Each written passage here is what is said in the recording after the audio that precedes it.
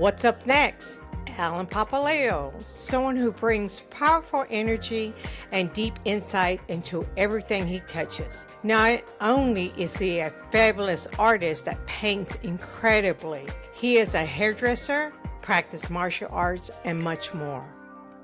Today, he will be taking us on a surprising journey through the world of Chuck Norris, martial arts, and the unexpected connection to our craft as hairdressers, from discipline to precise to mental strength. And you'll see how these worlds collide into the salon and in life. Let's welcome Alan Papaleo. And we talked about the craft and you being a matrix. So, Tony Beckerman, he was did one of our episodes. Yes. And earlier before this podcast, we talked about, we learned in the beginning how to stand, how to maneuver, our bodies in order when we're cutting hair or we're shampooing or we're highlighting or we're doing different services to the client. And that's so, so important to know how you stand. Where did that come from? Well, I know that Tony had a background in Aikido. Aikido is a Japanese art, and Aikido actually means way of the circle or spirit. In Aikido, you don't really attack. You take the attacker's energy and you redirect it. I was in something different. I think you've heard of Chuck Norris, right? Realize the memes. I trained with Chuck Norris. I worked out with him. When I started karate, I was actually working at his studio, selling karate contracts. And yeah, for about a month. I got out of the Navy and got that job. And then I never met him. I didn't even know what karate was really about, but my brother-in-law got me a job. I needed a job. Yeah. So about a month into my job there, Chuck comes in. Great guy. And I finally meet him. And he was doing a movie in Hong Kong with Bruce Lee, who I also knew. And so Chuck said, well, how are you enjoying the martial arts? I go, well, I'm enjoying writing the contracts. I said, I'm not doing it. He goes, oh, no. If you're going to work here, you're going to do it. Well, I didn't have a car. So for the first 6 months of my training, Chuck, every day, 4 to 5 days a week, would pick me up at 6 in the morning, his little Mercedes SLC. 6 o'clock in the morning, we'd go there, and I would work out with him one-on-one. And I got tons of stories about that, which I can't tell. But when I finally made my black belt, it was 3 years later, when I made my black belt, Chuck gave me his black belt.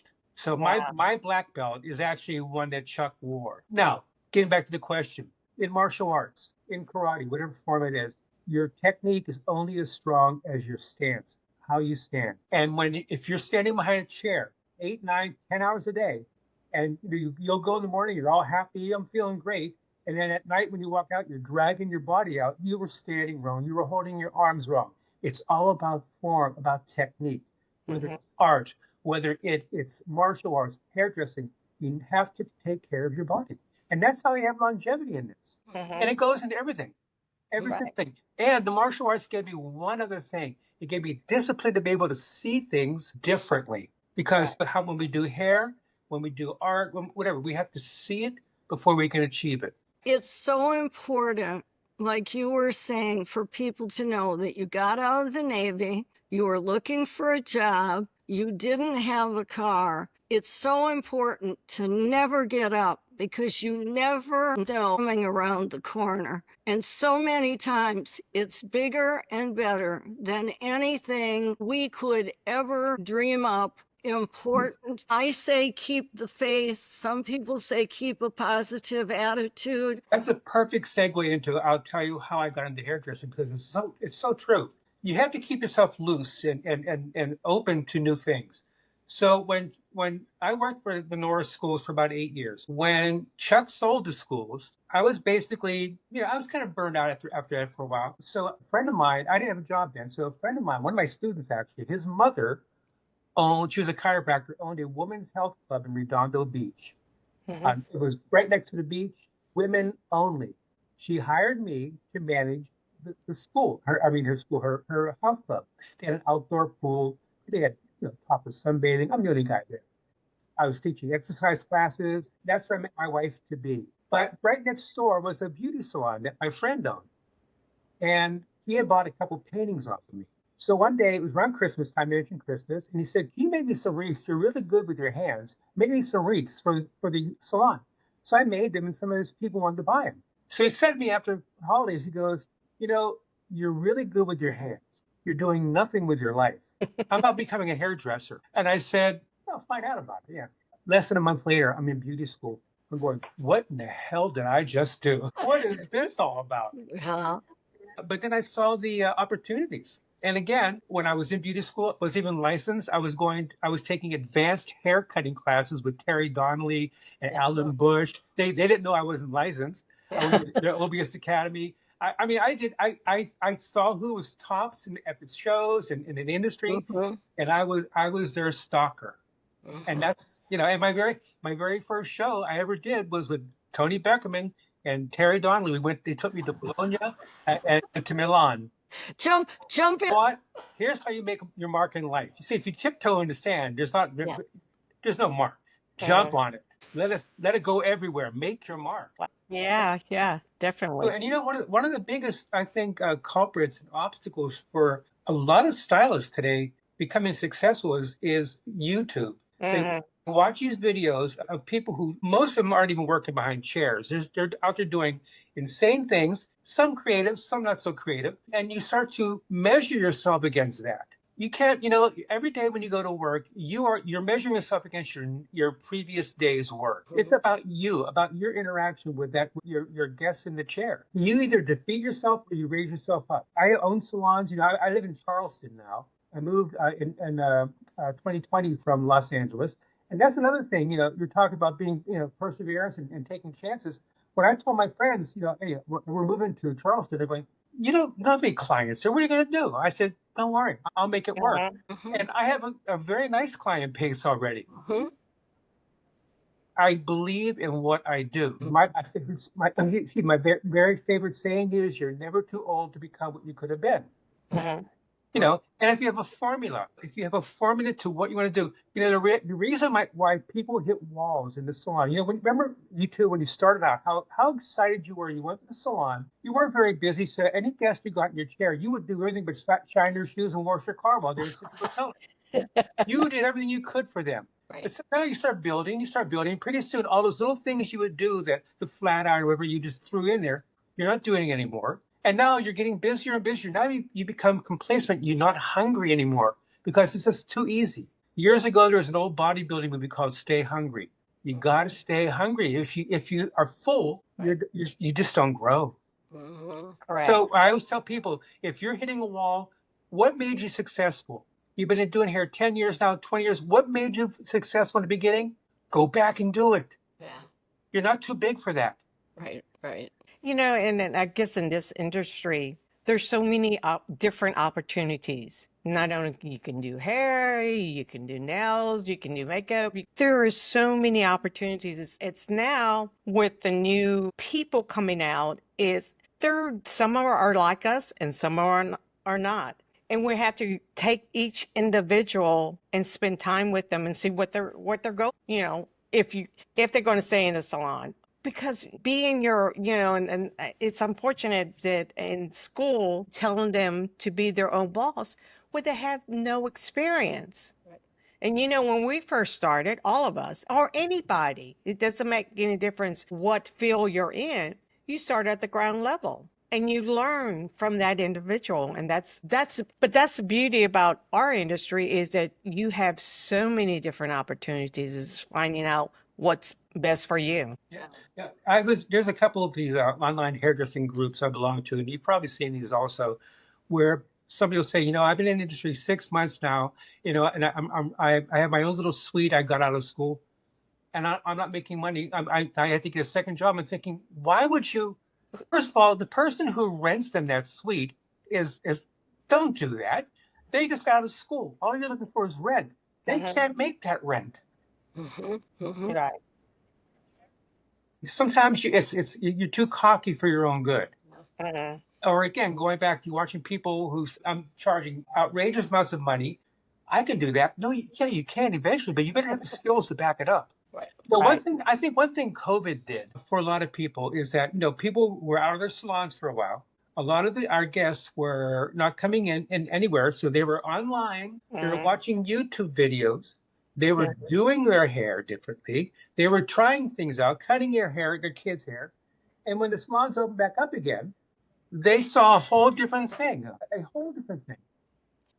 I always tell students, I mean, students in my classes, you're back open now. You better be different from the time that your clients left. Welcome them back with open arms because you missed that money. Learn to Mhm. love them, Right. but learn to do better now. Right. So Correct. I mean, COVID worked out for me. I continued to work in people's homes. I moved out here. I was able to close down my spa. I had a beautiful spa in a Hilton hotel. I miss it, but I was able to make the move. So again, there were opportunities, great opportunities for me. Right. So, you're talking about the conversation you have with people. One of the things I love about Ergo, I love, we all know Ergo brushes. I mean, to me, they're the finest tools. I've been with them. We're now 30 years. We've been in business. I've been with them probably about 12 to 14 years off and on. And it's Robert Reed, who owns Ergo, is one of the most amazing people I've ever, on the caliber of the Tony Beckerman type. They know how to really see what the best thing is for someone and how to present it, and also how to get it out of them. And one of the big things about what we do, and we call it the art of the blow dry, the finish. Mm-hmm. The finish, you're talking about when a woman leaves or a man leaves, they want to feel good about themselves. Well, when you say you got your hair done today, Sue, and you went to the mall, and somebody says to you, "Lady, I love your hair." They're not saying to you, "I love that 6RV and those 45-degree angles in your haircut." They're complimenting you on that finish. Right. So how do you get to the finish? Well, you get to the finish through a conversation.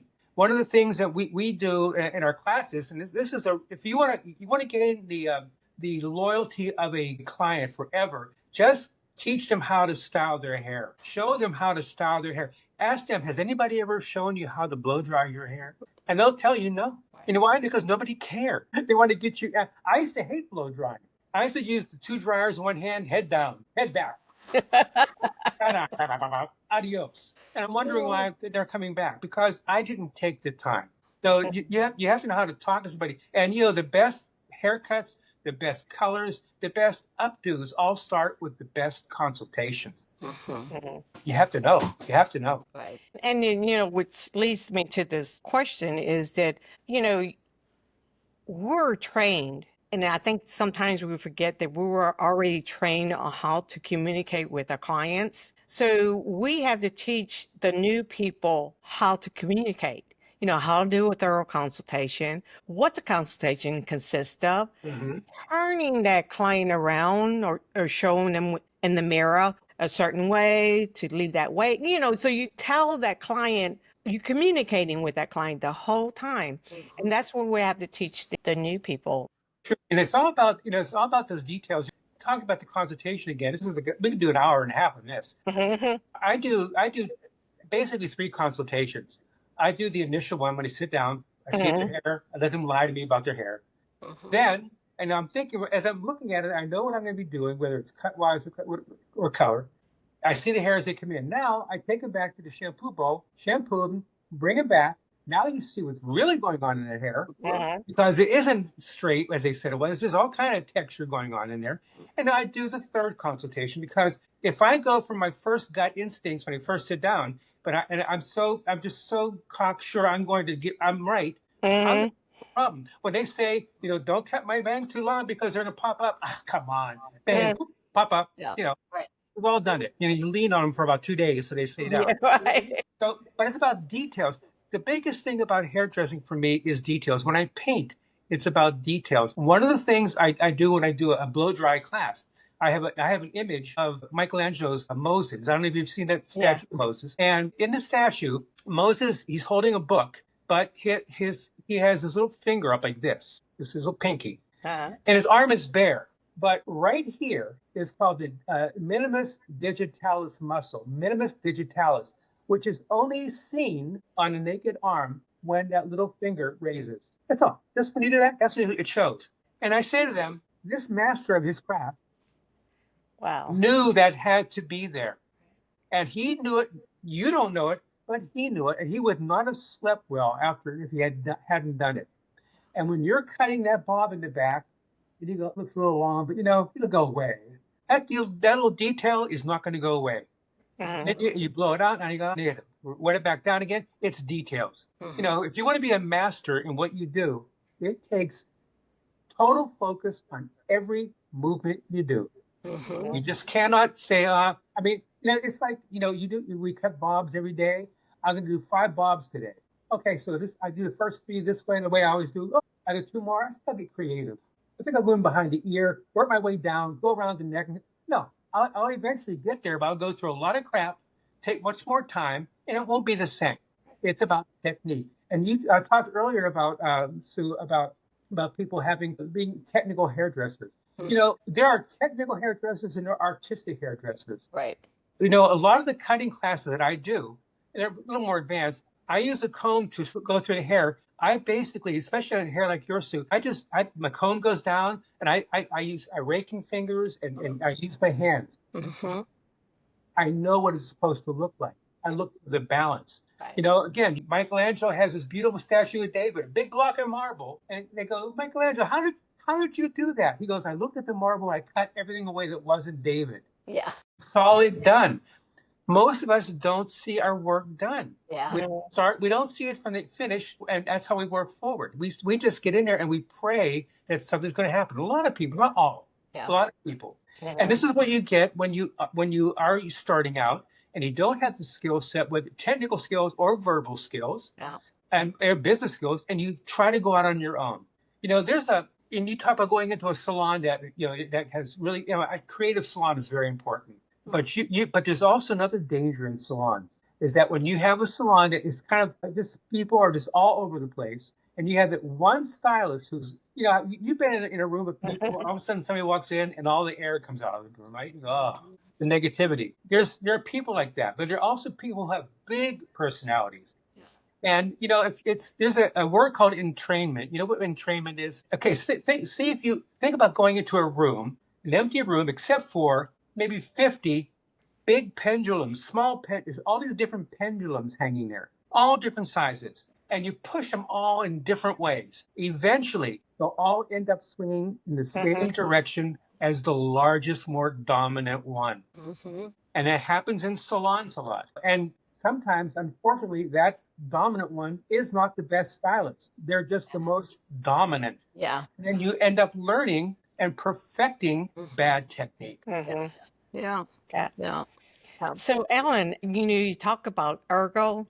Can you and you are the senior artistic member for Ergo. Yes.